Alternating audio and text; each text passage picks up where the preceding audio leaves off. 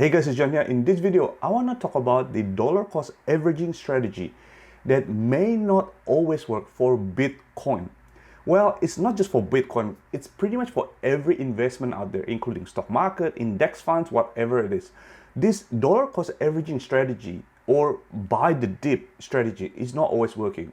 And I'm going to show you the reason why, and I will show you the chart. This video is not a financial advice. This is just what I think about the current market environment for this Bitcoin prices. So when I record this video, this is on the 13th of June 2022. So this strategy may not work in the future, but I believe that this may work today in today's market. But I will tell you the pros and the cons of this strategy and when to apply it correctly. So let's get straight to the video. Okay, so Bitcoin is in a danger zone because you can see there's 6 days in a row that we have been on a downturn. All right, so this strategy is, if you're applying this dollar cost averaging strategy, what it means is you're gonna buy here, you're gonna buy here, you're gonna buy here, you're just gonna keep on buying when it's going down. And you can see that on the 12th of May, Bitcoin has got a support on $25,000. Okay, so let's just quickly draw a support line there. Okay, so this may go down to here and it may hold support or it may break it. Nobody knows, right? Because if you're a trader or if you're an investor and you're just watching the market, you're probably going to be right 50% of the time, right? Even great traders out there, you're probably going to be correct 50% of the time. That is the statistics. This is what I think about the dollar cost averaging strategy. If you are a long-term investor, so this is what I think when you should apply this dollar cost averaging strategy. If you believe that Bitcoin prices will go up in the next 10 or 15 years, then yes, this dollar cost averaging strategy may work for you. But a lot of people buying Bitcoin because they want to make money, either short-term or medium-term, within a year, 2 or 3 or 4 years, right? And we don't know how long the bear market in crypto is going to last. Nobody knows. It could be 6 months, it could be 2 years, nobody knows. The interest rate has gone up, inflation is at an all-time high. So fundamentally, it looks like we are in a bear market.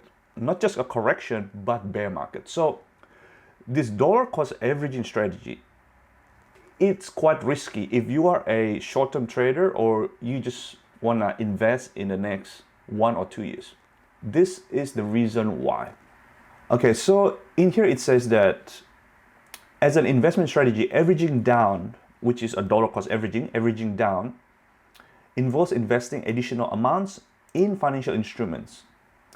While this can bring down the average cost of the instrument or asset, it may not lead to great returns.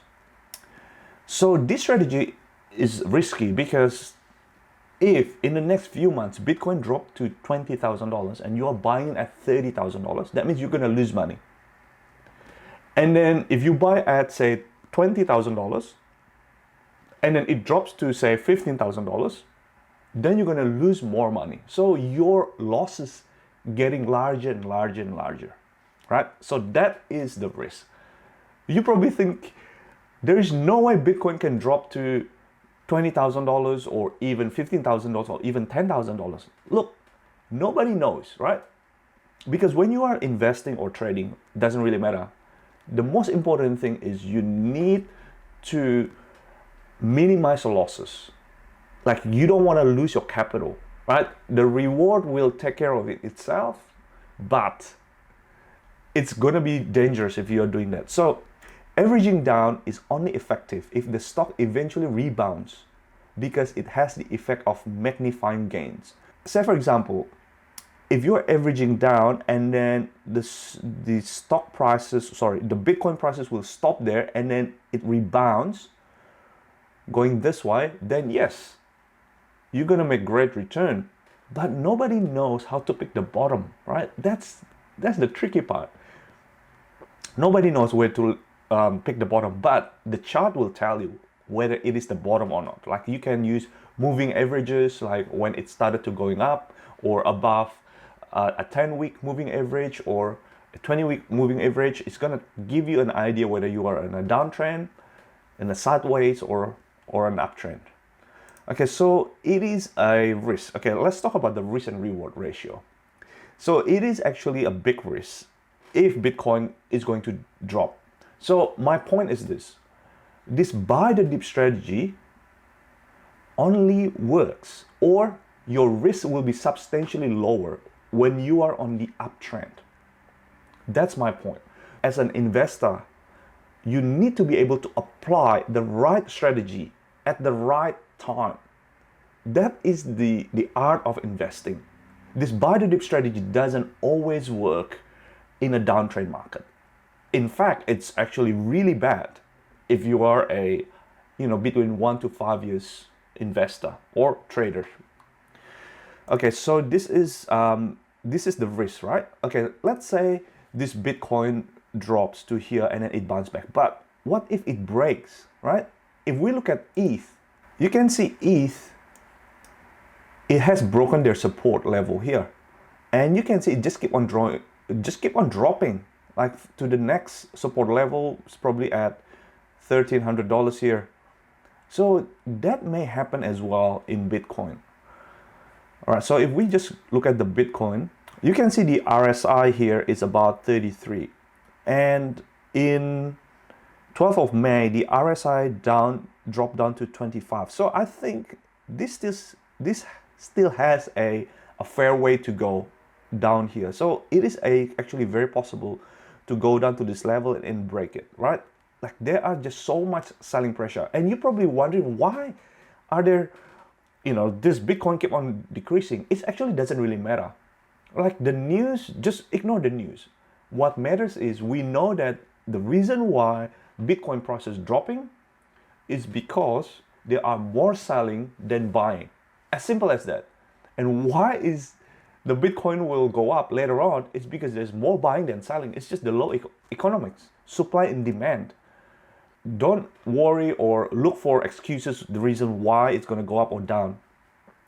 Now, I'll show you this with this strategy, right?